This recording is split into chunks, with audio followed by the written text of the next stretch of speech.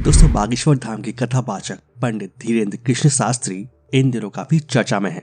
बागेश्वर महाराज के नाम से प्रसिद्धि पा चुके धीरेन्द्र शास्त्री लोगों के मन की बात पढ़ने का दावा करते हैं और लोगों का भी ये विश्वास है, अगर बागेश्वर धाम के दिव्य दरबार में एक बार उनकी अर्जी लग जाए तो उनकी किस्मत बदल जाती है और महाराज लोगों की समस्या बिना बताए ही पढ़ लेते हैं और फिर उनके मन की बात बताते हुए कागज पर उस समस्या का समाधान बताते हुए लिखते हैं कि जल्द ही आपकी सारी परेशानियां दूर हो जाएंगी। मध्य प्रदेश के छतरपुर जिले के ग्राम गढ़ा में स्थित सिद्ध स्थान बागेश्वर धाम सरकार देश भर में प्रसिद्ध हो चुका है और बागेश्वर धाम के दरबार में बड़ी संख्या में लोग पहुंचते हैं और अपनी अर्जी लगाते हैं।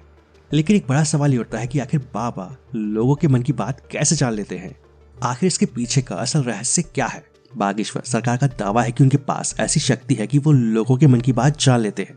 वो कहते हैं कि उनके पास ऊपर से कनेक्शन है, उन्हें जो कुछ भी सिग्नल ऊपर से मिलता है वो उसी सिग्नल के जरिए लोगों की समस्या जान पाते हैं। और बागेश्वर महाराज की इन शक्तियों की वजह से बागेश्वर धाम पहुंचने वाले भक्तों की संख्या भी लगातार बढ़ती जा रही है।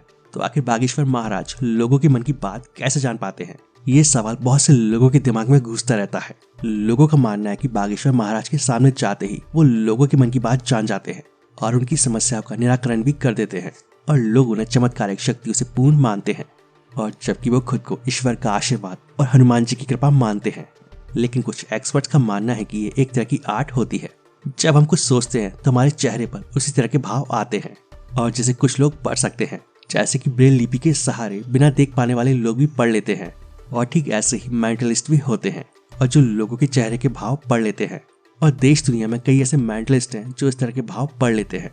साथ ही हाव भाव और शारीरिक चेष्टाओं के अलावा सामने वाले व्यक्ति का व्यवहार कैसा है और उसके बात करने का तरीका क्या है, ये उसके चेहरे पर साफ नजर आता है। अगर किसी को मेंटलिस्ट का आर्ट आता है तो वो भी इस तरह से दूसरों के मन की बात समझ सकता है। इसके साथ ही कुछ लोगों के पास सम्मोहन की आर्ट भी होती है और जो लोगों के मन की बात को पढ़ लेते हैं। दोस्तों, ये एक पर्ची लिखते हैं और जिस पर भक्तों के बारे में सारी जानकारी लिखी होती है और ये जानकारी पंडित धीरेन्द्र शास्त्री ने खुद अपनी सिद्धियों से प्राप्त की होती है। और इस पर्ची पर उस भक्त की समस्या कब और कैसे खत्म होगी ये सब भी लिखा होता है। और इनका दावा है कि ये हनुमान जी के खास भक्त हैं और ये लोगों की समस्या उन तक पहुंचा सकते हैं और उन्हीं से लोगों की समस्या का समाधान पूछते हैं। वैसे तो ये बहुत से विवादित बयान देते रहते हैं। ये कहते हैं कि हम धर्म परिवर्तन की गतिविधि को रोकने का काम करते हैं और कई लोगों को सनातन धर्म में वापस ला चुके हैं और कई बार मुस्लिम और ईसाई धर्म को निशाना बनाकर बयान भी देते रहते हैं।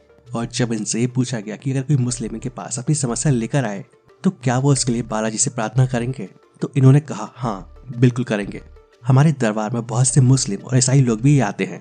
हम तो बस उनके खिलाफ है जो धर्म परिवर्तन करते हैं या करवाते हैं और जो लोग सनातन धर्म पर उंगली उठाते हैं। लेकिन दोस्तों, ये इस बार जिस विवाद से घिरे हैं वो काफी अलग है। दरअसल अंधश्रद्धा उन्मूलन समिति ने इनके ऊपर जादू टोने और अंधविश्वास फैलाने का आरोप लगा दिया है और कहा यह जा रहा है कि समिति की चुनौती से डरकर ये अपनी कथा बीच में छोड़कर नागपुर से एमपी चले गए थे। दरअसल इस समिति ने कहा था कि पंडित धीरेन्द्र अगर सब जान जाते हैं तो वो इनके बीच आकर दरबार लगाएं और अगर उन्होंने समिति के चुने हुए लोगों के बारे में सब सच बता दिया तो उन्हें 30 लाख रुपए भी दिए जाएंगे और उसके बाद ये नागपुर से चले जाएंगे। लेकिन पंडित धीरेन्द्र ने कहा कि उन्हें कोई चुनौती नहीं मिली है और वो कथा पूरी करके ही नागपुर से लौटे हैं। इन्होंने फिलहाल रायपुर में दरबार लगाया हुआ है और रायपुर में हुए आयोजन के पहले ही दिन इन्होंने कहा कि हमें चुनौती स्वीकार है और जो होगा यह रायपुर में भरे दरबार में होगा।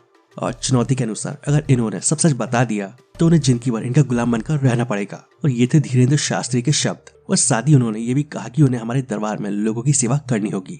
उधर अंधश्रद्धा उन्मूलन समिति के अध्यक्ष श्याम मानव ने कहा कि आज तक पंडित धीरेन्द्र कई जगहों पर दिव्य दरबार लगा चुके हैं और इन कार्यक्रमों में कुछ ऐसी चीजें हैं जो अंधविश्वास को बढ़ाती है। जबकि पंडित धीरेन्द्र शास्त्री का कहना था कि मैंने दिन रात हनुमान जी का पाठ किया है, रात भर हनुमान जी का हवन किया है, उनके चरणों में बैठकर रोए हैं और मैं कोई तपस्वी नहीं लेकिन दिन रात तपस्या में भीगता हूँ और उसी का परिणाम है कि हर जगह सनातन धर्म का झंडा गाड़ा जा रहा है। वैसे आपको क्या लगता है कि क्या ये वाकई में पंडित धीरेन्द्र को बदनाम करने की एक साजिश है? और क्या दूसरे धर्म में लोग इस प्रकार के चमत्कार दिखाने और हील करने का काम नहीं करते हैं? और क्या आपने इनके वीडियो से कार्यक्रम देखे हैं और क्या उसमें कुछ आपको आपत्तिजनक लगा है? अपने विचार हमें कमेंट करके जरूर बताएं और इस वीडियो को ज्यादा से ज्यादा अपने दोस्तों के साथ शेयर करें।